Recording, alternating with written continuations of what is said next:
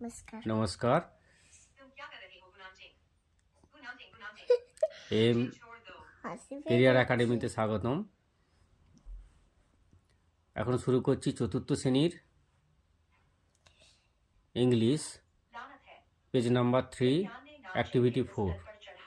Rearrange the following words to make meaningful sentence. নিচে যে এলোমেলো শব্দগুলো দেওয়া আছে দেখতে পাচ্ছ, এই এলোমেলো শব্দগুলোকে সাজিয়ে পূর্ণাঙ্গ বাক্য গঠন করতে হবে। তো প্রথমেই আসছি এ। দেখো, মিল্ক, আস, কাউ, গিভ দেওয়া আছে। এটাকে সাজালে হবে কাউজ গিভস আস মিল্ক, গরু আমাদের দুধ দেয়। বিয়েরটা meat, dogs eat to love, এটাকে সাজালে হবে dogs love to eat meat. Okay, তো পরেরটা C. In the lives tiger the forest, এটাকে সাজিয়ে লিখলে হবে the tiger lives in the forest. ডিয়েরটা zebras sees in we African the forest, এটা সাজালে হবে we see zebras in the African forest.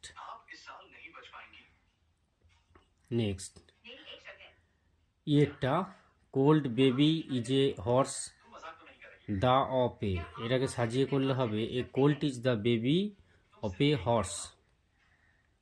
A Colt is the baby of A horse, এর মানে হচ্ছে ঘোড়ার শাবককে বলা হয় কোল্ট, অশ্ব শাবক যেটা। এরপর আসছি এরপর fill in the blanks, activity 5-এ fill in the blanks, the space in the given charts. You can use the help box. One is done for you.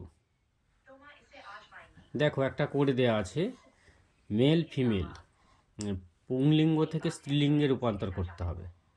Stag, hind. Stag মানে হচ্ছে পুরুষ হরিণ, আর হাইন্ড মানে স্ত্রী হরিণ। Tiger, Tigress. টাইগার মানে বাঘ, আর ট্রাইগেস মানে বাঘিনী। এরপরে মেয়ার, হর্স মেয়ার। হর্স মানে ঘোড়া, যেটা পুরুষ ঘোড়া, আর মেয়ার হচ্ছে স্ত্রী ঘোড়া। ডগ, ডগ মানে পুরুষ কুকুর, আর বিচ মানে স্ত্রী কুকুর।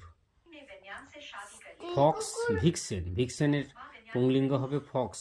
ফক্স মানে খ্যাঁকশিয়াল, ভিক্সেন মানে খ্যাঁকশিয়ালি।